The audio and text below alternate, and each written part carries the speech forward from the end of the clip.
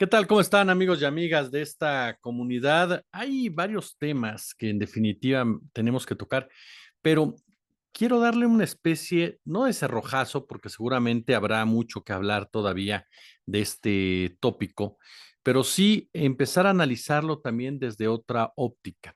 Y es las declaraciones, por supuesto, de Ricardo Salinas Pliego de ayer por la noche, lo que le responde hoy el presidente de la República, lo cual ya abordamos en la mañana. Y bueno, la respuesta de Salinas Pliego, en donde él asegura que este mal gobierno, o es un mal gobierno el que le pide pruebas a las víctimas y no a los corruptos.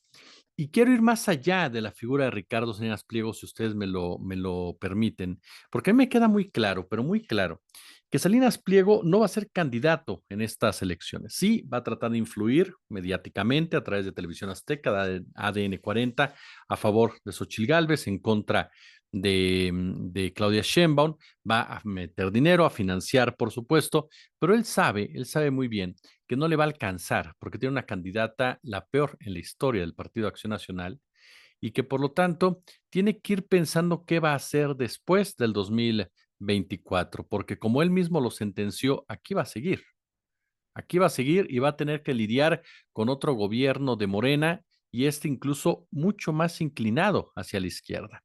Entonces, para mí, Ricardo Salinas Pliego, se los pongo sobre la mesa de si ustedes están de acuerdo, será, sí, el líder de esta oposición de aquí a las elecciones, desplazando a este mediocre CEO como es Claudio X González, que yo todos los días me pregunto, ¿qué le dirá Claudio X González a su papá, que es el verdadero jefe de todo esto?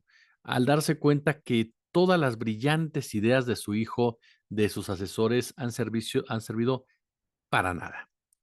¿Qué pensará el papá de este junior empresarial cuando se da cuenta que puso en sus manos uno de los proyectos más importantes para sus propios intereses y que lo único que ha logrado es generar mayor popularidad para su enemigo político? Porque a mí me queda claro que Claudio X González cumple un papel fundamental en el crecimiento de Morena. Incluso me parece que tanto él como varios corifeos, como varios integrantes de la oposición, trabajan para Morena, son agentes infiltrados, son los caballos de Troya de fuerza y corazón por México. Obviamente estoy siendo sarcástico, pero es que de verdad se parecen al coyote de Acme, de la Warner, ¿no? O sea, todo el tiempo detrás del correcamino, si no les pega una sola. Por eso no es de extrañar que del lado empresarial que está en contra de la 4T, comiencen a manejarse otro tipo de liderazgos. Y ahí surge el de Ricardo Salinas Pliego, quien abiertamente ha dicho que él apoya a un gobierno libertario como tal. Pero ¿qué tantas posibilidades tiene de fluir en México este discurso de la ultraderecha? Hay varios espectros interesantes. ¿A qué me refiero? A que en varios países los electores se sienten representados por políticas de ideas, por propuestas emocionales y violentas. En Italia, en Suecia, en Polonia, en Hungría, Eslovenia, Austria, Finlandia, Países Bajos, los votos han favorecido a ultranacionalistas, a xenófobos, homófobos, extremistas de valores religiosos. Y en América Latina, una encuesta mostró que en el año 2010 el 63% apoyaba la política de forma democrática y que el 2023 solo lo hizo el 48%, pero en contraste en México, la gente mostraba una mayor satisfacción hacia la democracia a partir de 2018, cuando llega al poder Andrés Manuel López Obrador. Esto por lo que hemos platicado ya con ustedes en otras oportunidades, porque por primera vez hay una mayoría que se siente representada por la persona que está sentada en la silla del águila. Para analizar las acciones posibles de los políticos, siempre hay que observar quién tiene el poder fundamental en el modelo capitalista. Hablo de la cúpula de los grandes propietarios, de los empresarios grandotes, diría el maestro Fernando Buenavad.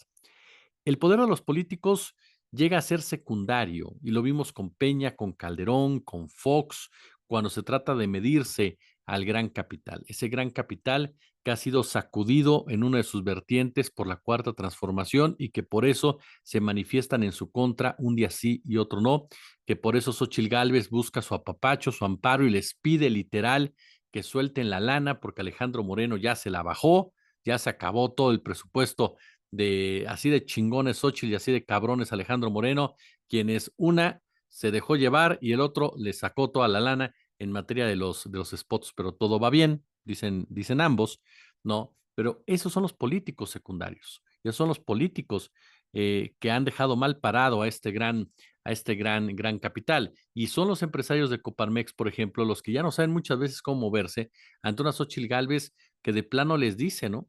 Les dice y hace el llamado de auxilio, literalmente, que pierdan el miedo. ¿Que pierdan el miedo a qué, Xochitl? ¿A seguir lanzando campañas ofensivas? ¿A que ya no se bajen de mentiras como las que planteas, como el famoso café de Starbucks? Que Starbucks, los dueños que son del grupo de Claudio X González, decidieron mejor bajarse de una campaña tan corriente, tan vulgar, tan tramposa. Los neofascistas, los neonazis son agentes de los empresarios también.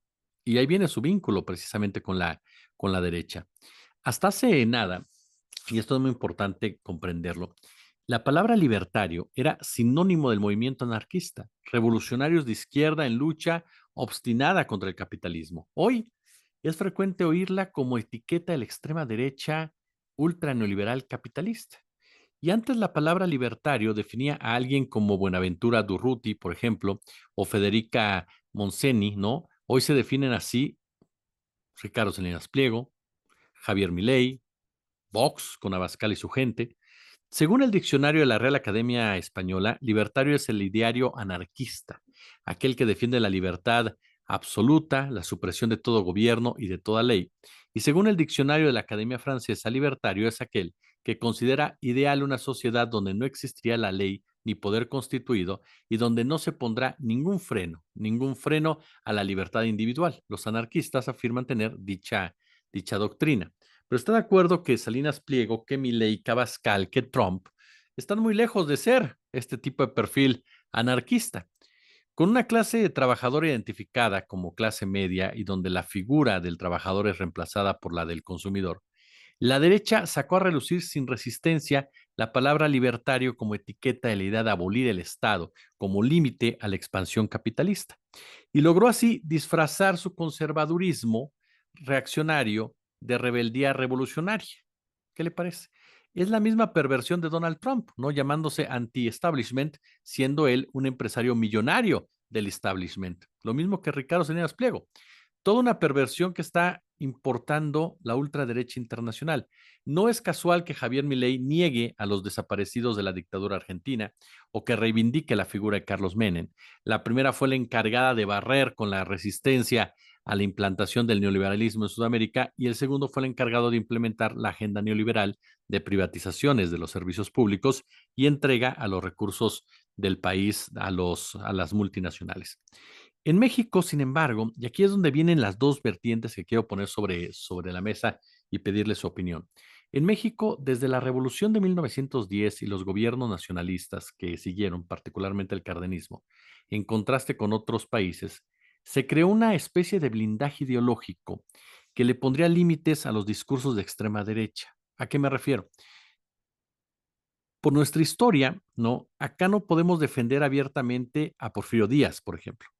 No hay sentido común que vea a los conquistadores como Hernán Cortés como héroes nacionales que vinieron a civilizar a los salvajes indígenas, ¿no? Como sí pasó, por ejemplo, en otras naciones que compraron precisamente esa narrativa.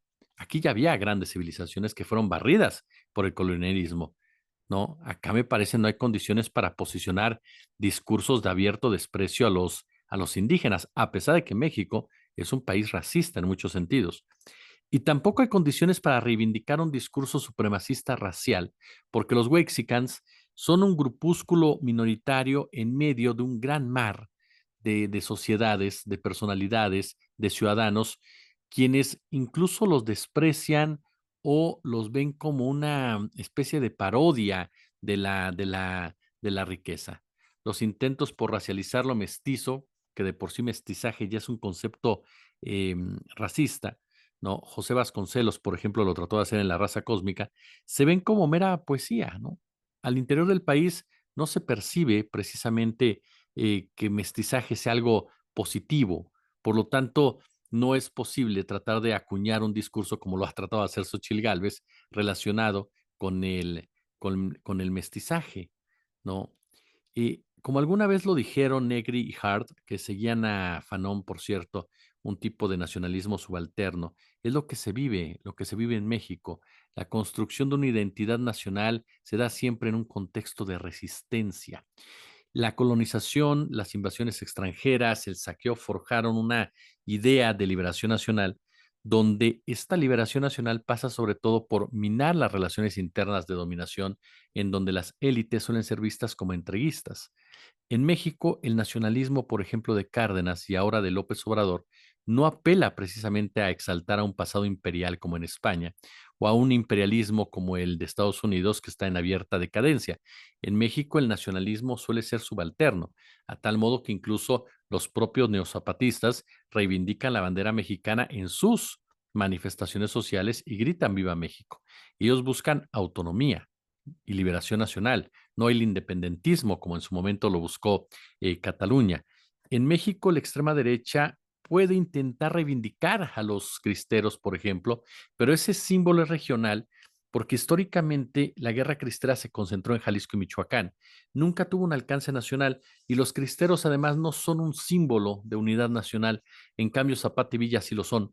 Por eso reitero, el nacionalismo en México suele ser subalterno por nuestra historia, además de que aquí afortunadamente hubo un proceso de separación tajante entre Estado y religión gracias a la reforma juarista de mediados del siglo XIX, ¿no?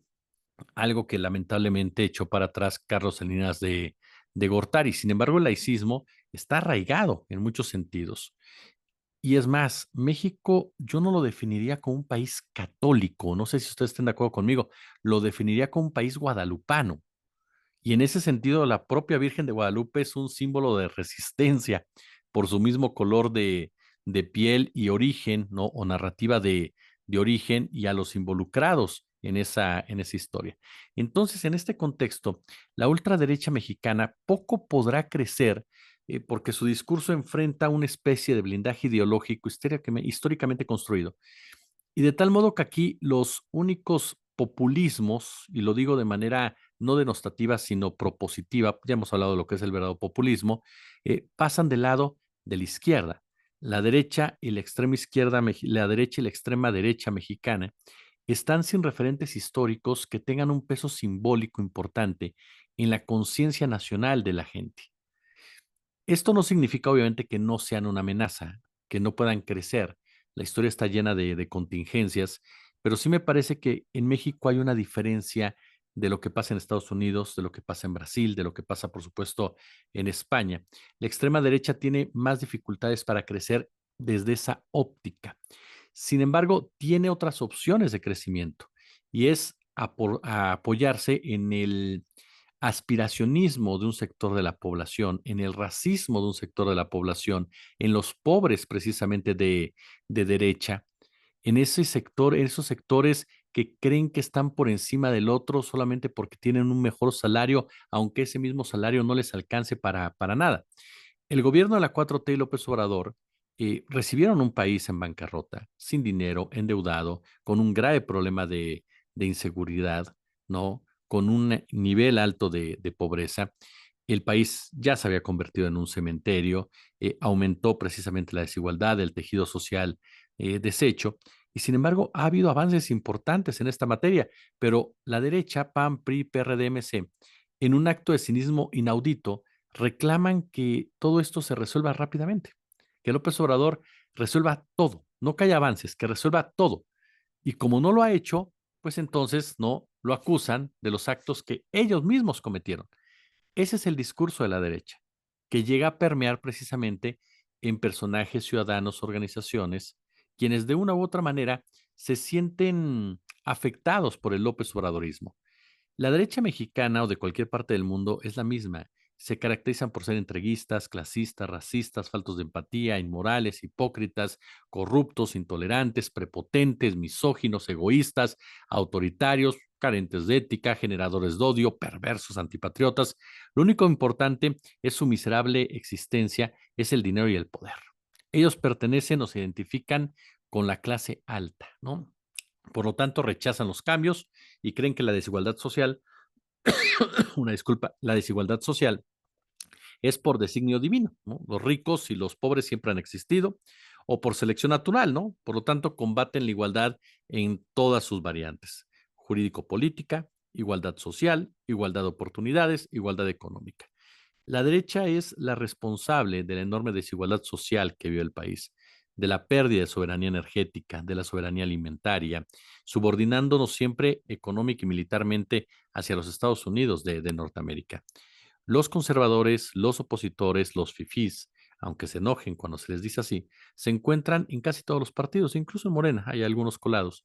Sin embargo, hoy el partido más activo y representativo de la oposición, que es el PAN, que está ubicado a la derecha del espectro político, ocupa junto con el PAN, junto con el PRI y el PRD, todo el día para atacar al gobierno de López Obrador, mintiendo, difamando, tergiversando, inventando, sacando de contexto, absolutamente todo. Si se hizo, porque se hizo. Si no se hizo, se debió de haber hecho. Absolutamente todo han criticado en estos 5 años de una manera falaz, insustancial, poco seria, a veces absurda, sin sustento. Han sido agoreros del desastre, la destrucción, el fracaso anticipado. Iban a unos cuantos meses del gobierno de López Obrador y ya estaban asegurando que ya había sido un fracaso, creo que eran 4 meses más o menos, ¿no? Niegan los logros alcanzados por el gobierno, ¿no? Conocidos solamente por la prensa extranjera, por los youtubers, por las mañaneras del presidente de la República, porque a final de cuentas la derecha es golpista. Llevó a cabo un golpe de estado electoral en el 88, en el 2006, en el 2012. Se impusieron mediante fraude, corrompieron autoridades, mintieron a la población. Y el pueblo mexicano debe tener muy claro que no va a ser fácil cambiar todo este andamiaje de corrupción que durante 30 y tantos años permitió el saqueo de nuestras riquezas naturales. Hay que ser paciente, hay que ser persistente para lograr la consolidación de un movimiento y de ser muy atentos y muy críticos y muy autocríticos sobre todo para que no se desvíen esas intenciones. No dejarse engañar es lo que se le sugeriría, por supuesto, a todos los integrantes de ese movimiento, y que recuerden que la derecha a lo largo de la historia ha utilizado la violencia, la muerte, el exterminio cuando se siente amenazada de perder el poder. Ahí está Argentina, ahí está precisamente Brasil, que después de tener gobiernos democráticos permitieron que regresara a la derecha y hoy están en serios problemas. México durante toda su existencia ha mantenido una ideología de derecha en estas clases altas, conservadora, un sector clase medio, o ellos se definen como clase medio, siempre al servicio del poder. No han faltado 100 o 500 mexicanos que desde la independencia del país en 1824 se manifestaron de manera consciente por la justicia social, por la libertad, incluso de igualdad, pero al concluir cada movimiento, el sistema capitalista recuperó su dominio y su pensamiento ideológico en el 98% de la población. Vuelve esencialmente a lo mismo: respeto obligado al poder, al individualismo, al consumismo, a la competencia, los medios de información que sustituyeron en parte a la iglesia, prensa, radio, televisión, dominan, ¿no? Por lo menos desde hace 70 años.